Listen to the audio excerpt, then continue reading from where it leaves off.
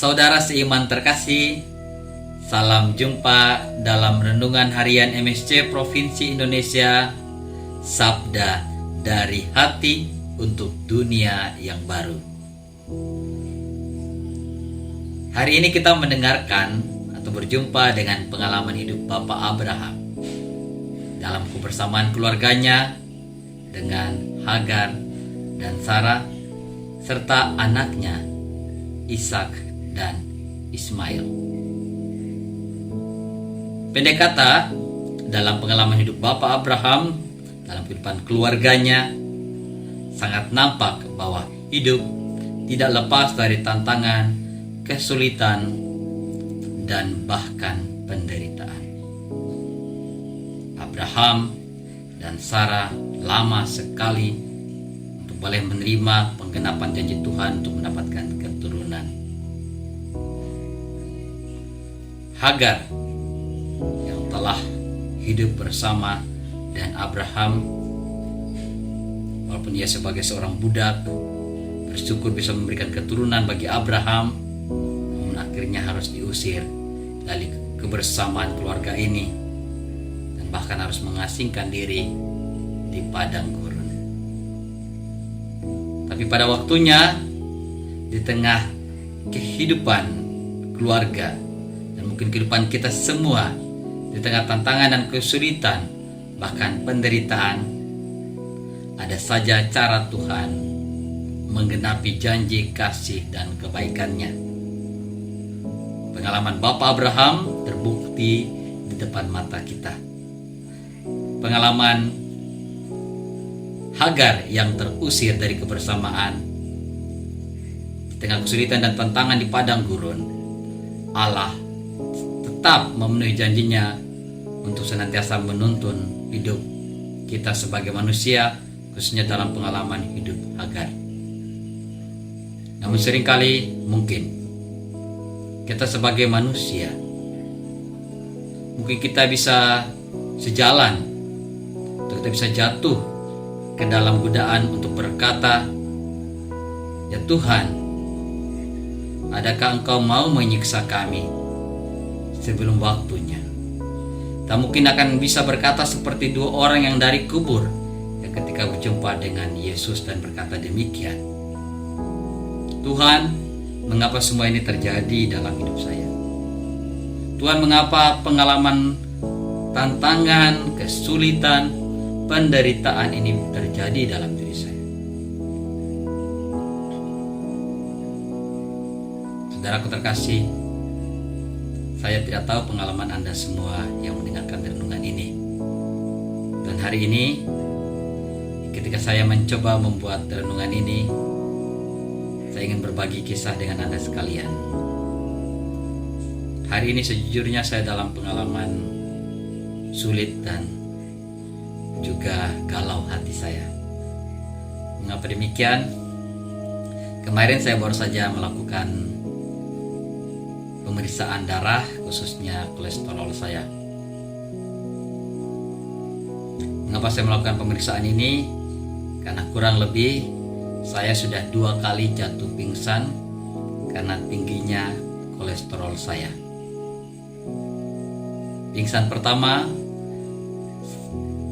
trigliserida saya berjumlah 380. Kemudian pada 2 tahun kemudian atau beberapa bulan yang lalu, saya pun pingsan yang kedua. Dan Anda tahu berapa posisi trigliserida saya hari itu? Ketika saya check up berjumlah 458 dan dengan total kolesterol 270. Itu pingsan. Saya mencoba memperbaikinya dari 458. Berapa bulan, 3 bulan kemudian saya bersyukur bisa tembus 382 trigliseridanya.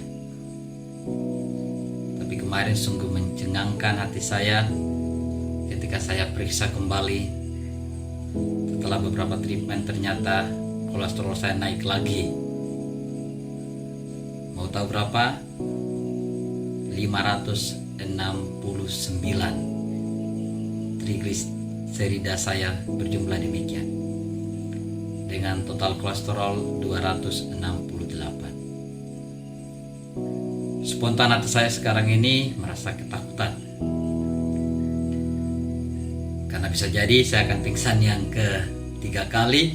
Dan saya tidak tahu apa yang akan terjadi, pada posisi mana saya akan pingsan, karena mengingat atau dengan cara apa saya pingsan, mengingat beberapa kali atau 2 kali pingsan yang terjadi pada posisi kolesterol yang 400-an dan juga 300-an.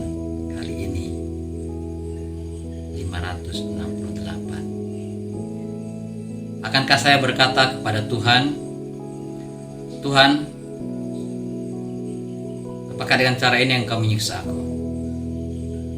Dengan imamat yang muda yang saya jalani, usia imamat yang sangat muda, di tengah semangat-semangatnya diri saya, apakah ini adalah cobaan yang Engkau berikan kepada saya? Saya bersyukur akhirnya bisa masuk pada permenungan hari ini, bisa membaca kitab suci dan belajar dari pengalaman para tokoh kitab suci hari ini. Akhirnya saya sampai pada kesimpulan bersama dengan para tokoh kitab suci hari ini bahwa Tuhan akan menuntun dan menyertai langkah hidup saya dan langkah hidup Anda sekalian di tengah tantangan dan kesulitan serta penderitaan. Yang penting dari saya adalah bahwa saya bersyukur untuk kehidupan yang masih ada, masih terjalin, masih berjalan sampai saat ini.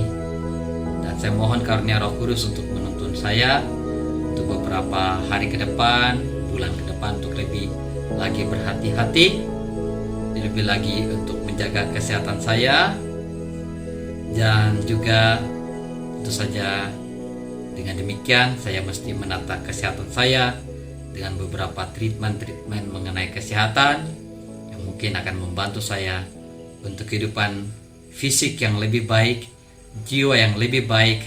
Maka dengan demikian pelayanan saya akan lebih maksimal, dan demikian hidup saya dan hidup Anda kita serahkan kepada tangan Tuhan. Dan semoga segala tantangan dan kesulitan serta cobaan dan penderitaan Tuhan bantu kita, Tuhan tolong kita, dan kita bisa keluar dari segalanya tantangan dan kesulitan itu dalam limpahan berkat Tuhan. Kita tetap kuat, kita tetap yakin bahwa kasih dan kebaikan Allah melimpah untuk kita sekalian. Dan semoga Tuhan menyertai kita semua.